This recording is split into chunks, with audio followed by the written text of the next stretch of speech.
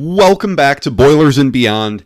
I'm Jordan Jones, back here today. It is Sunday evening, March 19th, and as you are all well aware, Purdue's season has come to an end following a 63-58 loss to Fairleigh Dickinson in the first round of the NCAA Tournament. Purdue becomes just the second team in NCAA Tournament history to lose to a 16 seed. A very, very disappointing end to what was a really, really good season for Purdue. A lot to talk about, a lot to unpack here in today's episode. Let's get into it.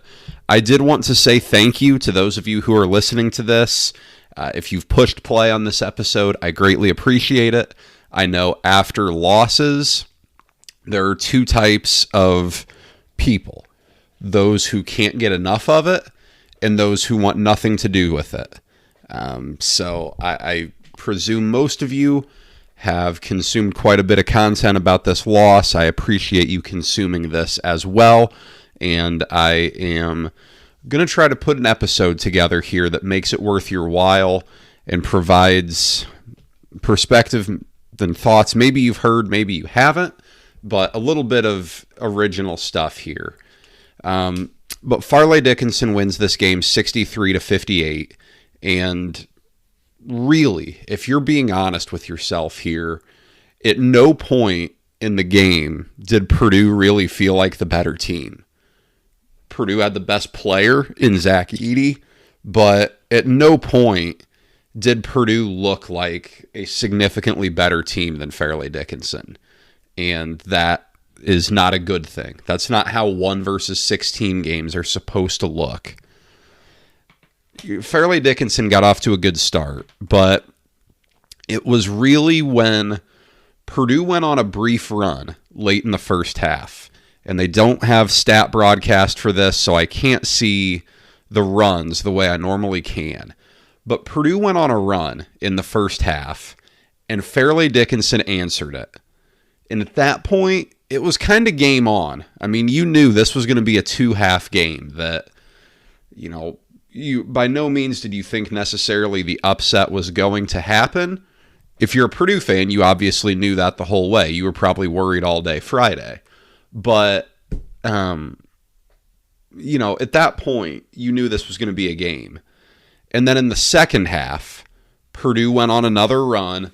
I think they went up 5. I think it was 46-41. And FDU came right back. And I think they retook the lead pretty quickly. And at that point, it was upset watch. It was upset alert. You knew this was going to come down to the wire. And at that point, it became a coin flip type of game. And ultimately, Purdue didn't make plays down the stretch and they lost. In the episode before the NCAA tournament started, I talked pretty significantly about how Purdue's 2 pitfalls all season were the turnovers and poor three-point shooting. That's a combination that if you have it together, boy, it's really hard to beat teams. When you're not shooting the 3-ball well, and most of your makes are coming on 2s, and then you're turning the ball over, therefore not getting as many shots up, meaning you're making fewer shots as well, then you're in a real pickle. No matter who you're playing. If you're playing a good team and you have a poor shooting night in a game where you turn it over 16 times, you are likely getting run off the court or at least beat definitively. Purdue didn't play a very good team, but because Purdue had the combination of 16 turnovers and going 5 for 26 from three-point range, Purdue was defeated. You'd heard all the talk all season, ever since November, that Purdue has these freshman guards, and come the NCAA tournament, it's going to be a problem. And throughout the majority of the season, they looked like anything but freshman guards. Both Braden Smith and Fletcher Loyer had really good freshman seasons for Purdue, albeit, some ups and downs for Fletcher Loyer shooting the ball especially. they both had really good freshman seasons. This was not a great end to their freshman season. Braden Smith has 7 turnovers in this game. Fletcher Loyer has 3. So there's 10 turnovers from your freshman backcourt. That's a really tough number. That's way too many to come from 2 players. Braden Smith goes 2 for 10 from the floor. Both of those makes came right away in the first 4 minutes of the game. It was just a really, really tough day for those guys. And I know Fletcher Loyer hit some shots. He hit a big 3 at the end that gave Purdue a little bit of hope late. But at the end of the day, Purdue's backcourt wasn't good enough from those 2. And they looked the part of freshmen in their first NCAA tournament game. They looked rattled. They looked unsettled. But the whole team did as well. You could tell from very early on, Purdue felt the pressure that was on them in that game. I don't know what to make of that. I mean, you can yell coaching, all of that. I don't know if that's a coaching thing. There are realities of playing in the NCAA tournament, and increased pressure is one of those. That is a reality of being a number 1 seed. I don't know what to make of that, but Purdue looked very tight. Purdue looked very unsure of itself, and ultimately, at no point in that game did it look like it felt it was the better team.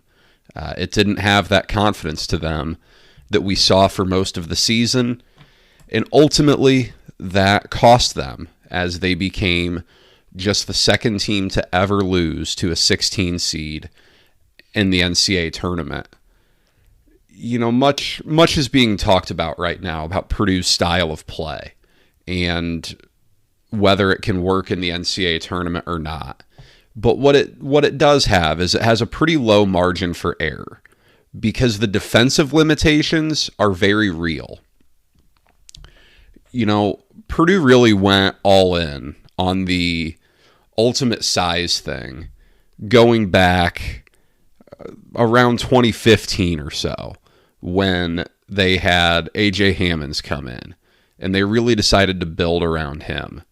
But you look at recent years, and Purdue has had some good defenses, but not a lot of great defenses. Like the last 3 years, Purdue 34 in adjusted defensive efficiency at KenPom in 21, 93rd last year, and now they sit at 22nd here, obviously with some of the NCAA tournament to go. But what it tells you is that Purdue is not necessarily elite. They haven't had that top 10 type of defense, and I think that's largely because, there are real points where you can exploit it. When you have guys out on the perimeter that can pull Zach Edey out, and then he has to find a way to defend off the dribble, it gets real dicey for him. It gets dicey for Purdue's bigs in general. And it's just something Purdue's dealt with. Throughout the majority of this season, they dealt with it really well. They kind of sat Zach Edey back in a one-man zone a lot this year, or put him on a non-shooter. We talked about this on the podcast episode from Wednesday last week. But in this game, Sean Moore is the guy that, statistically wasn't a good shooter. And he goes 3 for 10, 7 for 17 from the floor. So it's not like he had some giant game just from a field goal percentage standpoint. But, he came up big every time they needed him to. It's not like Fairleigh Dickinson really shot tremendously well as a team. They go 38%, 30% from 3, but Purdue goes 35% and 19% from 3. Fairleigh Dickinson did a nice job of exploiting Purdue's defensive weaknesses. Purdue's guards really struggled to defend one-on-one. They got beat just as much as Zach Edey did, and that was really the issue. They got beat not just off the dribble, but they got beat to the glass as well. And that is really concerning because Purdue had been such a good rebounding team all season. It wasn't in this game, and that's a major reason why Purdue lost. Purdue got outscored in the paint, and Purdue did not get outscored in the paint, but Purdue gave up 24 points in the paint, and Purdue did get outscored in terms of second chance points.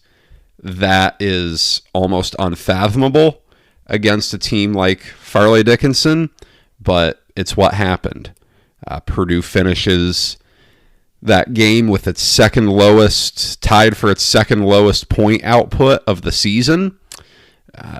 Again, not good at all against a defense that, was not necessarily, not necessarily the 85 Bears out there, to use a football analogy. But, Purdue, again, that combination did them in, because Purdue's offense, when it's firing on all cylinders, it's incredible. It's borderline unstoppable, the system that Purdue runs. But where you get into your issues is when the three-point shots aren't falling and teams can do what Fairleigh Dickinson did to Zach Edey, and that is have two guys on him at pretty much all times, and then once he catches the ball, they bring a third. They showed no respect to Purdue's three-point shooters, but they didn't have to because the shots weren't falling. And then by a certain point in the game, it was so in everyone's heads that you saw Purdue's guys not wanting to take shots. Mason Gillis wasn't wanting to shoot from three. Brandon Newman was hesitant. Ethan Morton was hesitant. Fletcher Lawyer certainly never was. He was ready to put it up. But Purdue finishes the season at 32% from three-point range. That's bad. That's just flat out bad. It doesn't make sense. It never has made sense all season. Purdue has better shooters than that. But again, they played 35 games. That's enough data to be a pretty good snapshot of what this year's team was, and it simply wasn't a good three-point shooting team. You look at what happened in this game. Zach Edey did all he could do, really. 21 points, 15 rebounds. Purdue couldn't get the ball to him because FDU was just disrespecting their three-point shooters so much, but they could do it. The guys that Purdue needed to step up, though, I'm looking at the box score here. David Jenkins plays 26 minutes of basketball and doesn't score. Brandon Newman, 15 minutes, 1 for 4 from the field, 2 points, 2 turnovers. Mason Gillis going 1 for 7 from three-point range. You don't see that often. Ethan Morton doesn't score. Caleb First has 4 points, but he was out on the perimeter, not even looking to shoot at all. He had a really rough year from three-point range, no doubt about that. But no one was ready to shoot for Purdue. No one was willing to shoot for Purdue. And ultimately, you could see that as the game progressed, they lost more and more confidence, and that's just not how 1-16 games are supposed to go. Now, again, with the style of play, when it breaks down, it doesn't look good. There are certainly challenges against these small, quick, athletic teams, and it's certainly a style that is built for the Big Ten. I think that is something that's very clear here, because ever since Purdue has really stuck with this ultimate size style, where they have one big guy and surround him with a bunch of shooters, Purdue's had remarkable success in Big Ten play. They've had a double bye all but 1 year in the Big Ten tournament, meaning they've finished top 4 since 2015. I think that's 8 of the last 9 Big Ten tournaments. They've had a double bye. They've won 3 Big Ten regular season titles in there, in addition to a Big Ten tournament title. It's worked. It has absolutely worked in Big Ten play. Why it hasn't worked in the NCAA tournament, it's confounding. It's not. You can try to explain it, but the game of basketball doesn't change in the NCAA tournament. The rules are the same. It is the same width of the court, the same width of the lane. Obviously, guard play has a higher ceiling. That part's very true. Big guys have to have someone throw them the ball. So, Zach Edey in this game, Purdue turns it over 16 times. Well, Zach Edey had exactly 2 of those turnovers. So 14 of those were possessions where Purdue maybe could have gotten the ball to Zach Edey, but didn't, and turned it over instead. These smaller, quicker lineups can exploit it. These mid-majors that Purdue has struggled with the past 3 NCAA tournaments don't really have a choice because they can't recruit big guys like the Big Ten schools and the SEC schools and the Big 12 schools can. They just kind of go with what they have. And Purdue has really struggled with it. There aren't a ton of similarities from those 3 teams. St. Peter's and FDU, a little bit more similar than North Texas, who was actually a pretty all right team. The other 2 were not. But, right now, the vitriol is all towards Matt Painter. Obviously, if you go on social media, if you go on the message boards, that's where it all goes because, when you bow out early, that's who you blame. And it's a really difficult situation here. It's remarkably unfortunate that this season ended this way because all season long, Purdue outperformed any reasonable expectation. There was not a reasonable person in this world that thought Purdue was going to be a number 1 seed this year. There was not a reasonable person in this world that thought Purdue would spend like 8 weeks at number 1 in the country, or whatever it did. I don't remember how many weeks it was, but it's something like that. No one in their right mind thought that was going to happen. Purdue overachieved massively, winning the Big Ten and the Big Ten tournament, the first time they've done that in school history. They did it with some freshman guards. They did it despite losing 2 guys who were first-team All-Big Ten during their career in Travion Williams and Jaden Ivey, the latter of which was a first-team All-American. Maybe second team, I don't remember. But you get the point. They really defied the odds all season long. But this season will always be remembered as the year that Purdue lost to Fairleigh Dickinson in the first round of the NCAA tournament. There were so many good things that happened in the regular season. There were so many good things that happened in the Big Ten tournament, but the season is defined by what you do in March. It's like when Purdue went on that Elite 8 run the other year, a few years back. No one remembers that they started the season 6-5. No one remembers their 2 losses to Minnesota late in the year. They remember getting to the Elite 8. Purdue absolutely overachieved. I'm as high on some of these players as anyone, but if you think this is a top 5 roster in the country, the way it performed for most of the year, I'm going to disagree with you. Even the predictives, all have Purdue as a top 10 team to close the season. If you think this is a top 10 roster in the country, I'm going to disagree with you. The credit for how they performed absolutely goes to Matt Painter.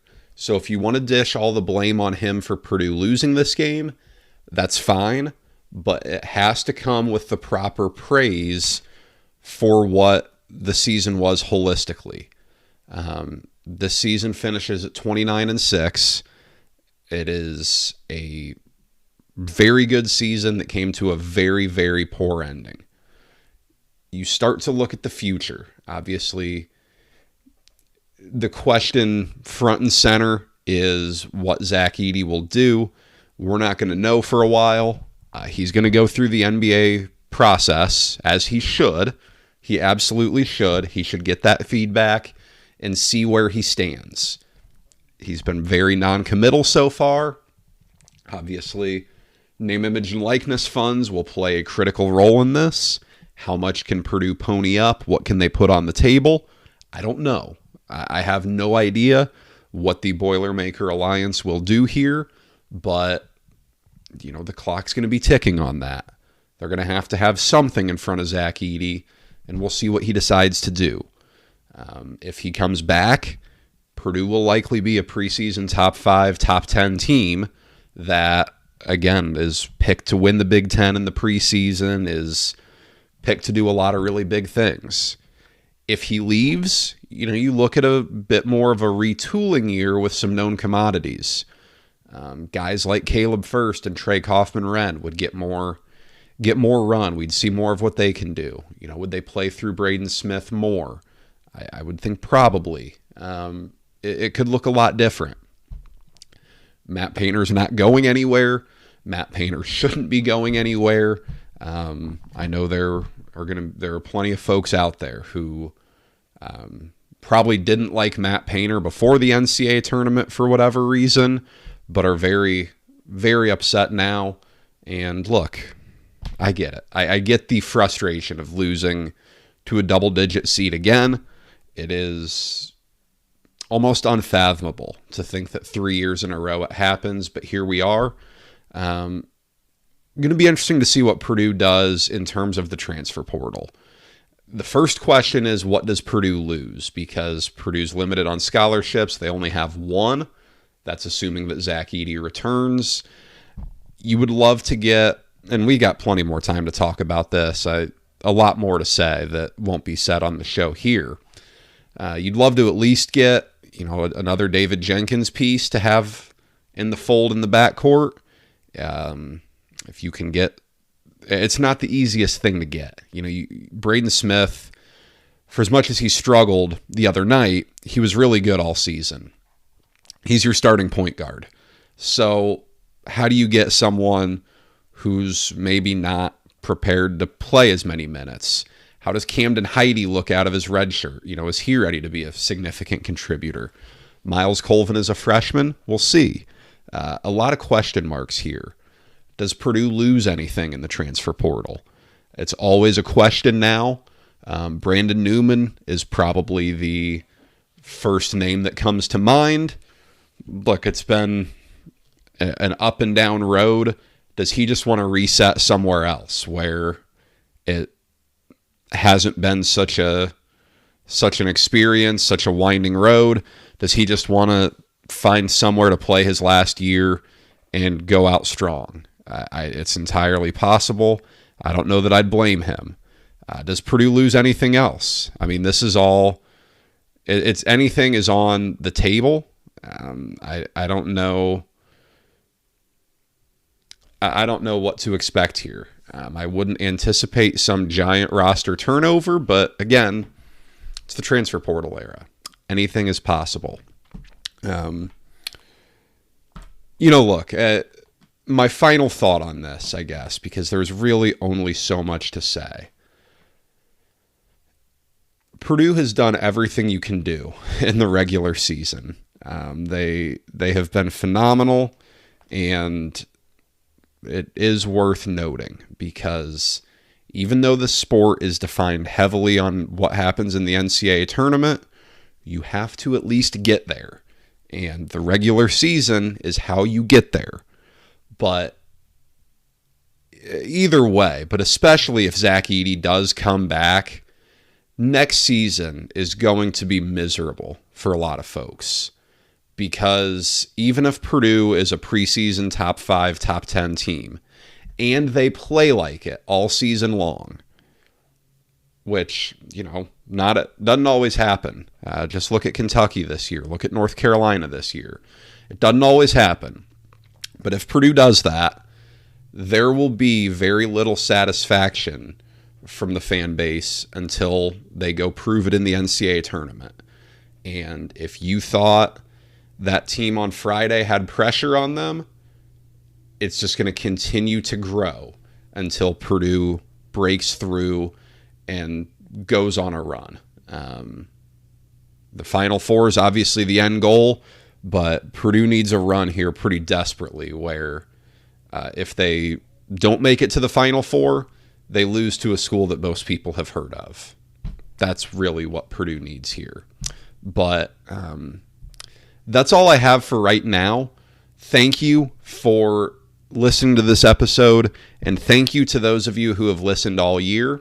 I know this is not the ending to the season that anyone really anticipated, nor the ending that anyone wanted, but nonetheless, we are here. Purdue ends at 29-6, and the really slow part of the college sports calendar begins, as we are still plenty way away from college football season. So I'll be back here regularly. I'll be back here next week.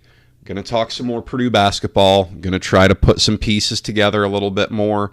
As always, if you have questions, send them my way on Twitter @BoilersBeyond, and be sure to follow wherever you get your podcasts. Until next week, if you're still watching the NCAA Tournament, enjoy it and take care.